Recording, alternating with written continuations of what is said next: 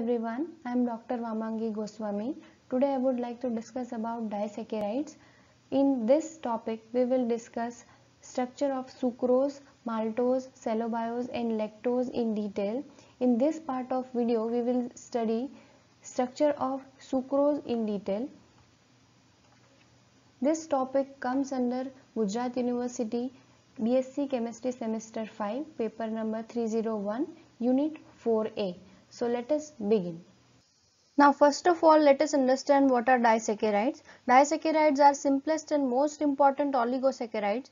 In general, they are sweet in taste, crystalline and water soluble substances.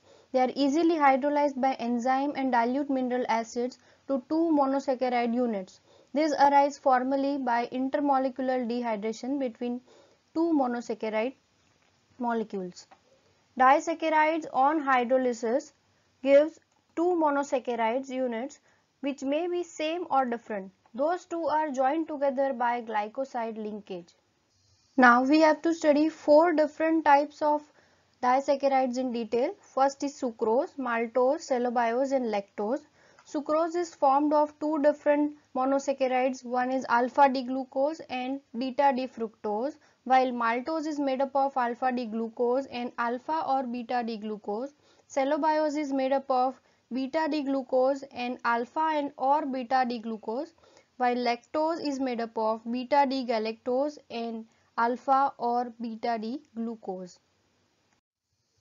Now let us start with our first disaccharide, sucrose. Sucrose is the commonest sugar known and familiar disaccharide. It is also known as table sugar. The most important sources are sugar cane and sugar beets. It is also present in varying concentrations in maple saps, honey, fruits, flowers, seeds and roots. On hydrolysis with acids or enzyme invertase, sucrose gives two equal parts of D-glucose and D-fructose, which thus constitute the two monosaccharide units of sucrose. From combustion analysis and molecular weight determination data, the molecular formula of sucrose can be determined as C12H22O11.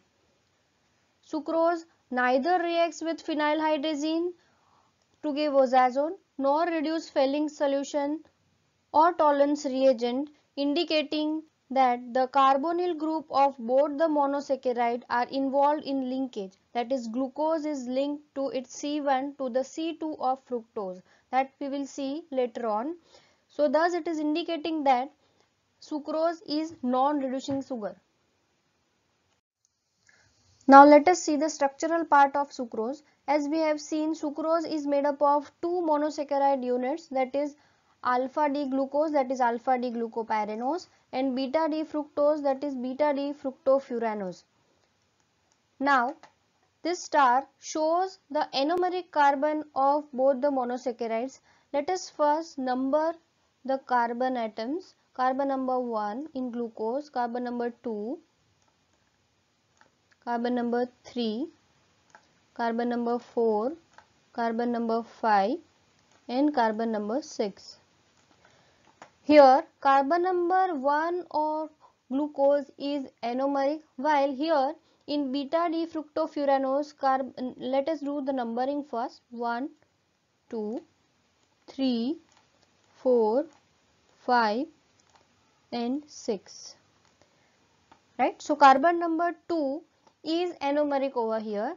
So here anomeric carbon of both the monosaccharides are leaving one H plus and one OH minus and leaves one water molecule, releases one water molecules and forms one glycosidic linkage between the two monosaccharide units. Those forms the structure of sucrose. Now let us understand the naming or nomenclature of the disaccharide. The disaccharide is formed of two monosaccharide units. So first monosaccharide unit, the suffix is added SYL, while the second monosaccharide unit, the suffix added SIDE. So the name of this particular disaccharide is alpha D glucopyranosyl beta D fructofuranoside. Sucrose shows one important phenomenon known as invert sugar. The hydrolysis is accompanied by change in the sign of rotation from positive to negative. It is often also called the inversion of sugar. The levorotatory mixture of D-glucose, D plus glucose and D minus fructose obtained has been called invert sugar. While here plus sucrose has specific rotation of plus 66.5 degrees and plus D plus glucose has specific rotation of plus 52.7 degrees, while D minus fructose has a large negative specific rotation of minus 92.4 degrees, giving a net negative value for the whole specific rotation of the mixture. Now let us see the structural determination of sucrose.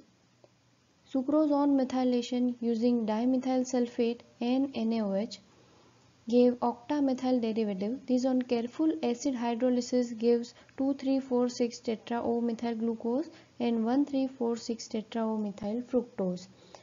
This indicates that during hydrolysis of glycosidic OH, groups of glucose and fructose have become free. Now 2,3,4,6 tetra-O-methyl glucose obtained by hydrolysis of sucrose is found to be similar to tetra-O-methyl glucose obtained by hydrolysis of tetra-O-methyl glucose.